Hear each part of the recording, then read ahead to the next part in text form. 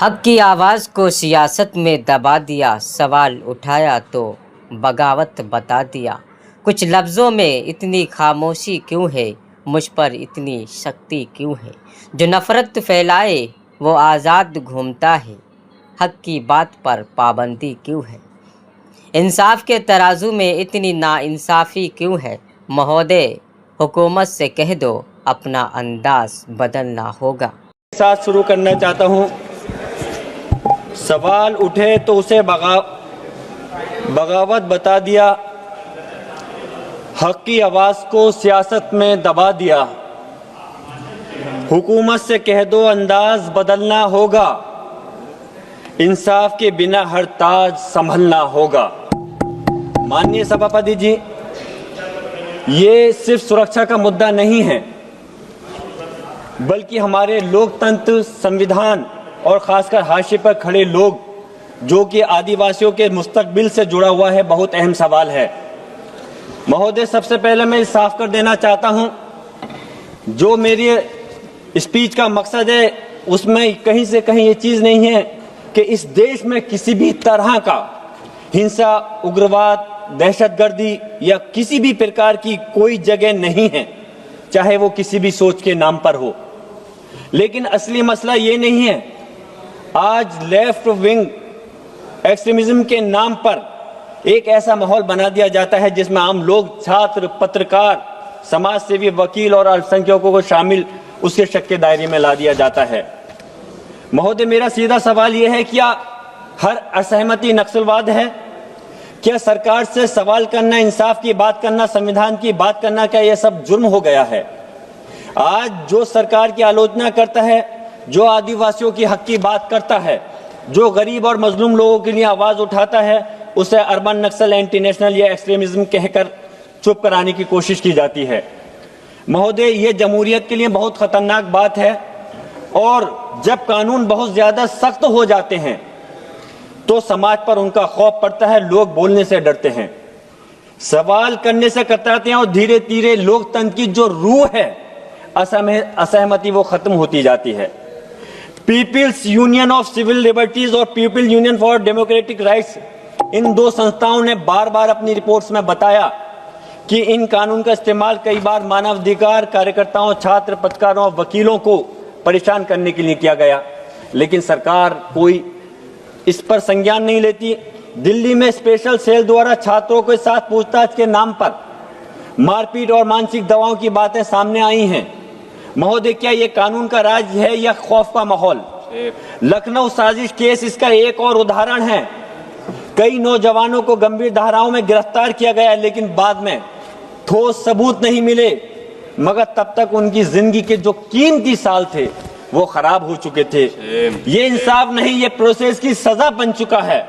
महोदय, मैं इस बात का सदन का ध्यान दो अहम बातनामों की तरफ दिलाना चाहता हूं, जिससे हो सकता है हमारे कुछ लोगों को आपत्ति होगी। स्टैन स्वामी और जीएन साई बाबा। स्टैन स्वामी एक बुजुर्ग और बीमार सामाजिक कार्यकर्ता, आदिवासियों के हक के लिए लड़ रहे थे और उन्हें जेल में रखा गया, जेल में ही उनकी मृत्यु हो गई, जो कि अफसोस की बात है। जीएन साई बाबा जो गंभीर रूप से दिव्यांग थे, उन्हें भी लंबे समय तक जेल में रखा गया और उनकी जिंदगी भी उसी हालत में खत्म हो गई। महोदय, ये सिर्फ अलग अलग हादसे नहीं, ये एक सिस्टम की सच्चाई दिखाते हैं। अब मैं आदिवासियों की बात करना चाहता हूं। आदिवासी इस देश के सबसे पुराने और सबसे ज्यादा नजरअंदाज किए जाने वाले लोग हैं। जिन जंगलों और जमीनों पर उनका सदियों से कब्जा रहा है, आज वो उनसे छीनी जा रही हैं। जिन बड़े बड़े प्रोजेक्ट के नाम पर जमीनें लाई जा रही हैं, लोग, सरकार अपनी पीठ थपथपा रहे हैं, लेकिन हकीकत यह है कि जो सच्चाई सामने आ रही है, कारपोरेट घराने, चाहे वो अडानी हो, अंबानी ग्रुप हो, कोई भी हो, उनको इस जमीनों को दिया जा रहा है। जो इसका विरोध करता है उसे नक्सलवाद समर्थक बताकर जेल में डाल दिया जाता है। महोदय, माफी चाहता हूं। क्या ये इत्तेफाक है या एक पैटर्न बन चुका है? जब कोई आदिवासी अपने जंगल और जमीन को बचाने की बात करता है तो उसे देशद्रोही कहा जाता है और अर्बन नक्सल जैसा एक शब्द बना दिया गया है जिसकी कोई कानूनी परिभाषा है ही नहीं। मुझे माननीय सभापति से ज्यादा लंबा समय नहीं लूंगा, 7 मिनट का समय है मेरा, लेकिन इसके जरिए किसी भी असमित आवाज को बदनाम किया जा सकता है। 17 मिनट का समय, 4 वक्ता हैं। तो हमने ये- आपको हाँ। 6 मिनट दे दिया है, प्लीज। 7 मिनट का समय है माननीय सभापति जी। क्या एक लोकतंत्र में सहमति क्या एक लोकतंत्र में असहमति जुर्म बन गया है? बिना पुख्ता सबूत की गिरफ्तारियां क्यों होती हैं? जमानत मिलना मुश्किल हो जाता है और केसों सालों तक चलते हैं, यानी इंसान सजा मिलने से पहले ही सजा भुगत लेता है। महोदय, मैं ये कहना चाहता हूं कि उग्रवाद सिर्फ जंगलों में नहीं होता, सोच में भी होता है। अगर कोई सोच लोगों के धर्म या जाति पहचान के नाम पर बांटे, अगर वो नफरत और हिंसा को बढ़ावा दे, तो वो भी उतना ही खतरनाक है। महोदय, सरकार को यह समझना होगा कि हर समस्या का हल सिर्फ बंदूक और जेल नहीं है। जहां नक्सलवाद है वहां असली वजह क्या है? गरीबी, बेरोजगारी, तालीम और इलाज की कमी, जमीन और हक का छिन जाना। अगर इन मसलों का हल नहीं किया जाएगा तो समस्या खत्म कैसे होगी? सुरक्षा जरूरी है, लेकिन इंसाफ उससे भी ज्यादा जरूरी है। इसलिए मैं सरकार से गुजारिश करता हूं कि अपनी नीतियों पर दोबारा गौर करें। शुक्रिया। आदिवासियों के हक, माननीय सभापति जी अपनी बात को कंप्लीट कर रहा हूं, सिर्फ 1 मिनट का समय चाहता हूं। आदिवासियों के हक की हिफाजत करें और लोकतंत्र सहमति को इजाजत दे ताकि हमारा लोकतंत्र मजबूत हो।